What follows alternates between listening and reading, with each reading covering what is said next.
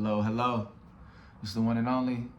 And in this video, we're going to talk about extroverted thinking. And so I'm going to talk about the greatest strength and the greatest weakness of extroverted thinking. So when we talk about the greatest strength of extroverted thinking, what I would say number one is collaborativeness. It's very, if that's even a word. It's the collaborative nature of extroverted thinking is amazing. It has the ability to look outside of itself and to gather different thoughts and perspectives and find the optimum thought. What I would also add on to that is that one of the big superpowers and greatest strengths of extroverted thinking is its efficiency. Instead of taking the long route like some introverted thinkers may do, which comes with its own positives if they do that. What extroverted thinkers will do instead is they'll say, look, there's 10 people that already have introverted thinking, like this is an example, that have already walked the course and shared all their data of what they saw going on their individual path. So they'll take all 10 people's information and then take all those individual experiences and figure out the data, the stats, or figure out what is the optimal path to choose. So it's very efficient because it saves the time of having to learn the hard way in a lot of cases. And it's very good at finding shortcuts or the best optimum way to get what it desires to get. You see, extroverted thinking is very much focused on what's going to work in the external world. It's not very much worried about the process. It's worried more so about the end game. What is the point of doing this? What am I trying to get? And is this going to get me to that point? And, as a result, it makes them very efficient.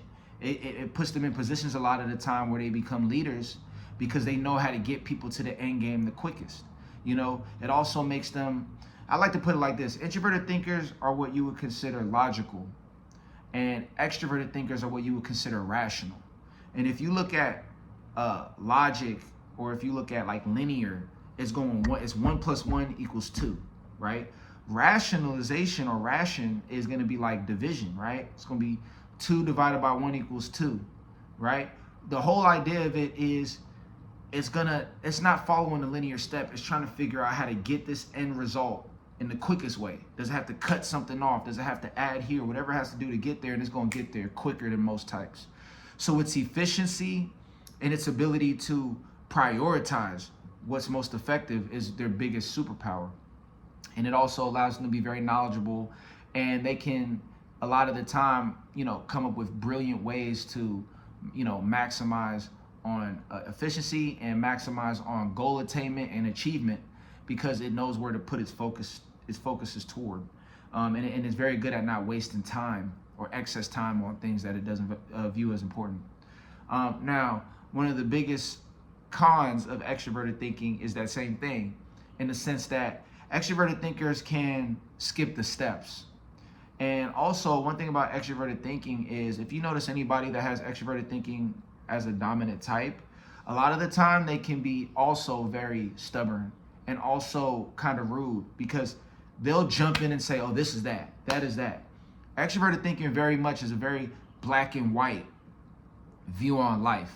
Extroverted thinkers generally view things like this is either efficient or it's not. If it's efficient, we keep it. If it's not, we throw it away. But you got to realize life isn't really as simple as black and white all the time. You can't just look at it like that. There's different factors that need to be respected. And you can't skip steps all the time, because there's still going to be consequences to skipping steps. And that's one big thing about extroverted thinking.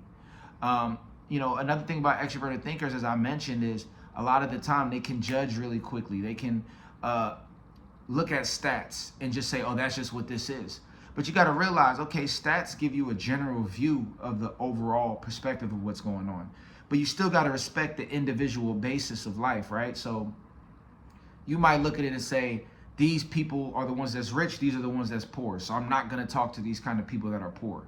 Like, that's how extroverted thinking can be if it's left unchecked. But what you might not realize is that the people that like this, you can't judge a book by its cover. This individual person might not operate like the stats say about the collective. So you got to still respect the individual aspect of people, of situations, and understand that everything isn't a black and white yes or no situation.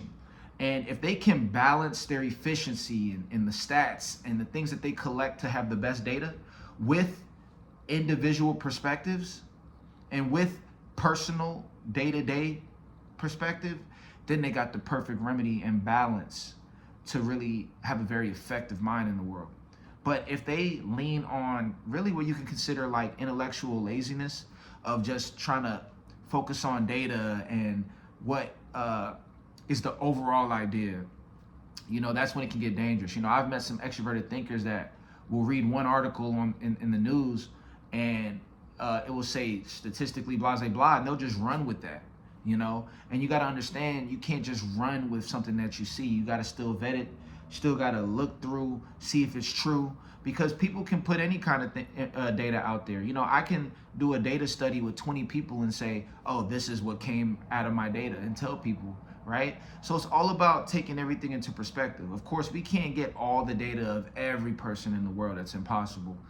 So because of that, you can take data, you can take generalizations and use them, but you got to remember that you got to still take each person one by one and allow yourself to compile more and more data day by day, because that's what life is about. We're all just simply living life day by day and building on the data we're learning day by day to make better and more effective decisions.